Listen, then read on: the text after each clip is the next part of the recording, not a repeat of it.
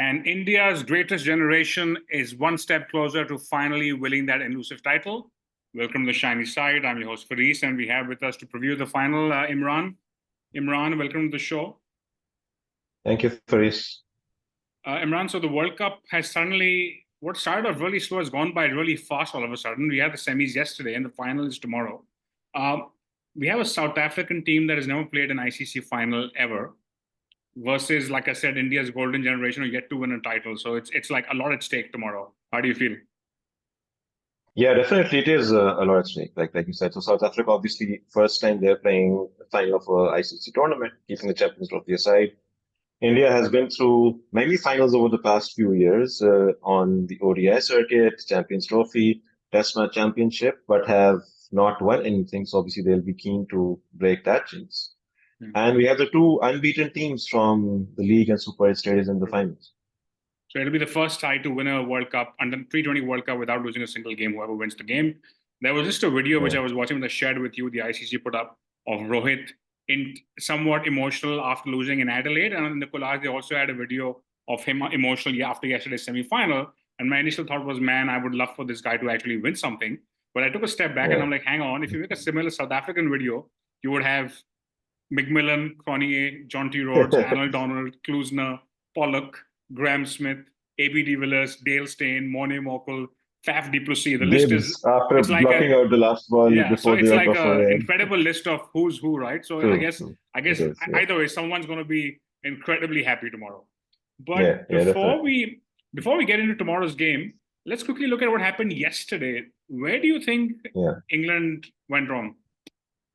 So I think a couple of things. And first of all, they chose to bat on a turning pitch, chose to bowl, sorry, on a turning pitch, which, chasing against India's spinners was always going to be very difficult for them. You know that, right? So I think England should have batted first. Rohit was very happy to bat first, as we saw at the toss, and it proved to be that I mean, I think good for a them. lot of the thinking that goes in T20s is based on the fact that most matches are night games, but this is obviously a day game. So I think a lot of the what we call the truths of T20 need to be relooked at for this. True. And then also, I think England, we talked about this in the preview as well, they should have strengthened up their batting. They went in one bowler slash all-rounder too many, one batsman too less. And then, even with the ball, right, Moeen didn't bowl a single over on a turning pitch. Butler himself has come out and said he feels he made a wrong decision there by not bowling Moeen on a turner.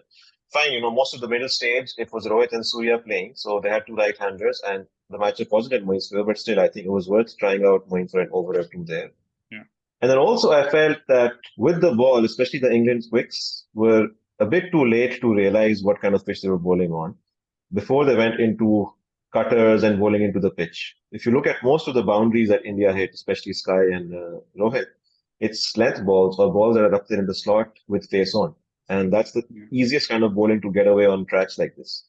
So I think it's a combination of these three things which allowed India to put a 170 odd. And England was never chasing 170 against this Indian bowling lineup on this track. They were 40 for 2 at some point, India, in 5 overs. And from there, Rohit and Sky had a 73-run partnership, scored about 8 plus runs an over, which I think essentially, in hindsight, had killed off the game there and then, right? That was England. That was a turning point for sure. And I think I was saying before the game, I feel like on this pitch, anything above 160 will be tricky. But I feel like in hindsight, anything above 140 might have been a tight game. But especially with England's, like we said, England has shortened their batting lineup halfway through the tournament. They've dropped Will Jacks and got Curran and Jordan in, which do not add up to a full batsman, in my view. Not in these conditions, at least. We actually talked about England strengthening their batting, but what we actually missed talking about is Ben Duckett. He's probably one of their better players of spin. Absolutely. And to not play him on a turner against a side that has 4 quality spinners is a big surprise, really. While JB's had a couple of good games, I feel like I think the more moving on, progressive thing to do would have been to have Duckett batting at 4, right? Because he's a left-hander. His average in strike rate playing the sweep and reverse sweep is better than it is playing straight. So he's the kind of guy you need to disrupt a very spin-handy. But I think by not having played him in a single game so far, I guess it was hard to bring him in now. So I feel like if anything, they should have been brought in earlier. That's how I see it. It should have been. Especially when they had with no Morgan Stokes, they had no left-handers, right? Which is kind of why they insisted on playing Moeen. But if you weren't going to bowl Moeen, you were better off having Duckett in the side, right? For sure. Yeah, I think they missed a trick by not having Duckett and maybe even Yeah. Hartley. Like you can argue, like why was Hartley in the squad? If Yeah. on the most spin friendly conditions of the tournament, you're not going to play I mean, him. I guess he was in the squad in case Adil breaks a bone, but that's probably the only Yeah, reason. But yeah, I think on the probably. Indian side, I think one more thing I want to talk about is how I think the role Akshar Patel has been creating. I think he was incredible yesterday. He bowled the third, fifth, and the seventh over, and on each of the overs, on the Yeah, first balls of the over, he got Butler, Bairstow, and Moin. So essentially broke the back of the Indian side, and the game was done at that point. And I think he's been yeah, that was it. consistently Those bowling three. the tough overs, right? He's been bowling in the power play. He bowled that Imad Yeah. Wasim over against Pakistan. So when India has really needed him, he's come in and delivered regularly. He has. He's bowled really well. He's also got some handy runs with the bat for them. And like yesterday, honestly, I mean, the only way England was making a fight of this was Butler. Once Butler left on that track, it was extremely difficult for them. And then once you got Bairstow as well, I think that was pretty much it, Yeah. right? So So I guess Akhtar Levy, I think, turned the game on his head so I think completely. moving on to Yeah. what everybody wants to talk about now, which is tomorrow, the big final that's coming up. It's probably the best two bowling attacks in the tournament. It definitely is, in fact, I would say by far. Uh, Yeah. if India win, what will happen? If India wins, they will become the third team to win a T20 World Cup twice. Rohit will become only the third captain after Kapil and Dhoni to win an ICC title. So no one other than Kapil and Dhoni has won an ICC title for India. If South Africa win, on Yeah. the other hand, and of course, South Africa's uh, illusion from any title will continue. If South Africa wins, so Marco, by the way, is the guy who led South Africa under 19 to an ICC under 19 Uh, World Cup. Um, yeah. if South Africa wins, then since the last time India has won a title, every major cricket playing nation would have won a title, right? Because it'll be South Africa would win yesterday. There would have been Australia, England, Pakistan, West Indies, Sri Lanka have all won a title. And if you count Yeah. World Test Championship, even New Zealand has had. So since Then if England India also, do yeah. not win this tomorrow, then every single nation that's won anything would have won a title since India's last win. And potentially this will be Rohit and Kohli's last ICC white ball tournament. I'm not sure how long they're going to play for, right? So that's something that is yet to be seen. So Yeah. I think what is supposedly the greatest generation of India could go down without a single title. So I think there is a lot at stake for both teams tomorrow. There's definitely a lot at stake, right? Especially for India, like you said, the golden generation of Indian cricket. They have not won anything.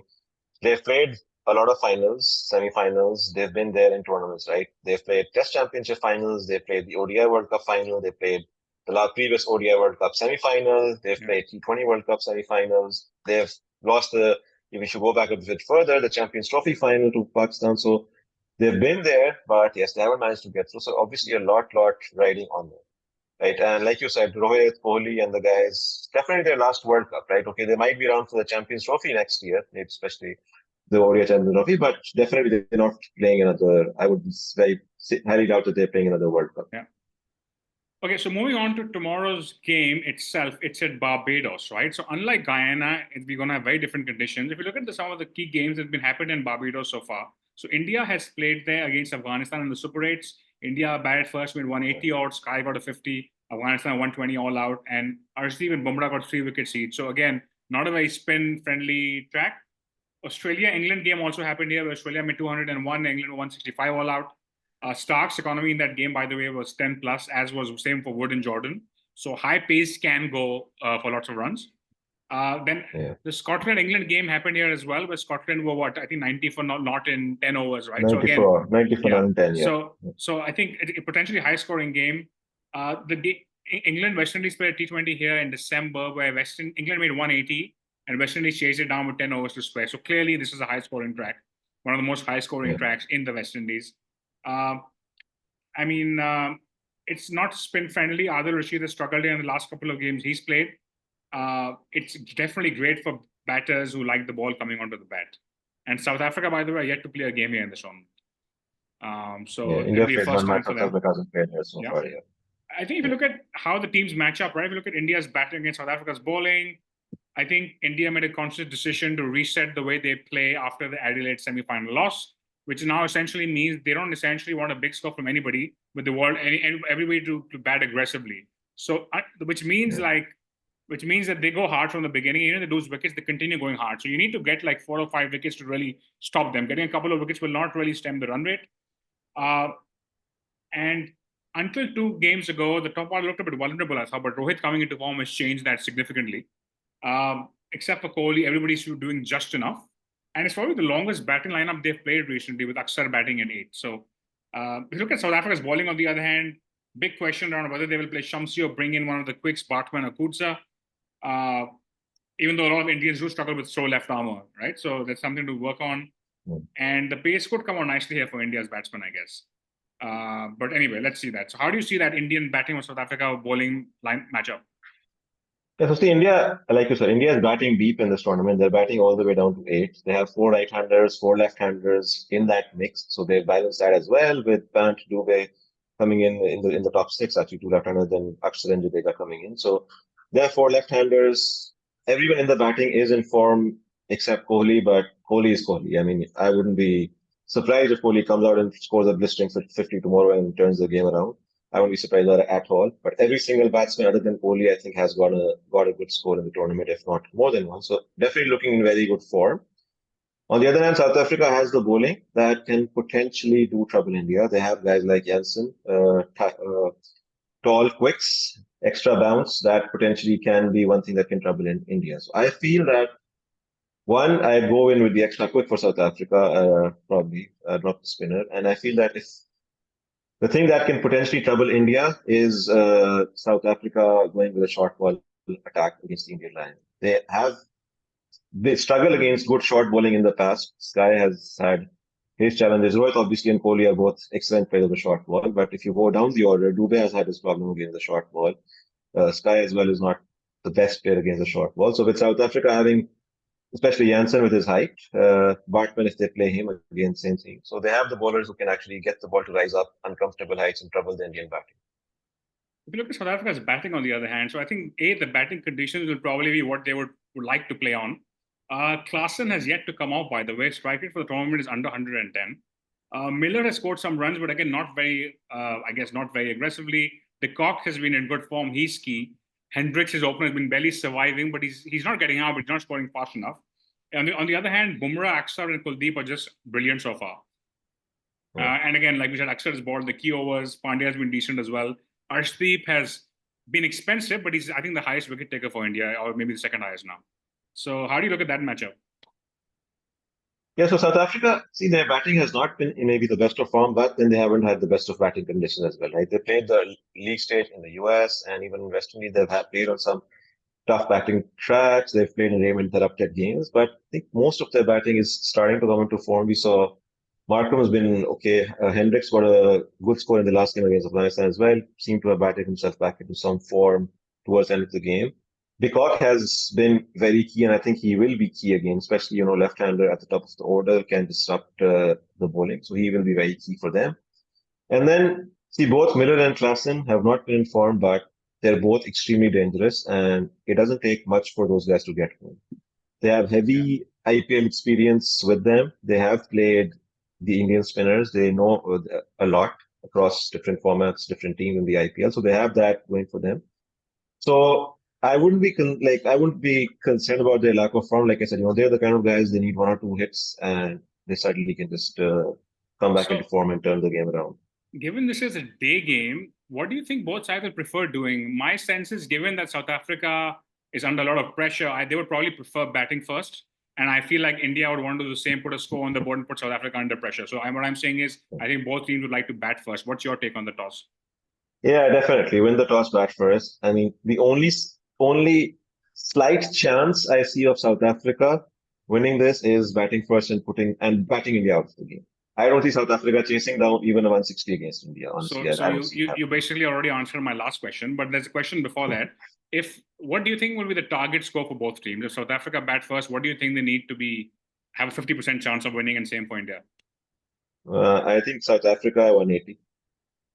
I'd bank on India even to defend a 160 odd against South Africa, but they'd be looking to get 180 as well. I think exactly my thought. I thought South Africa will lead 180, but India could be happy with the 160 also.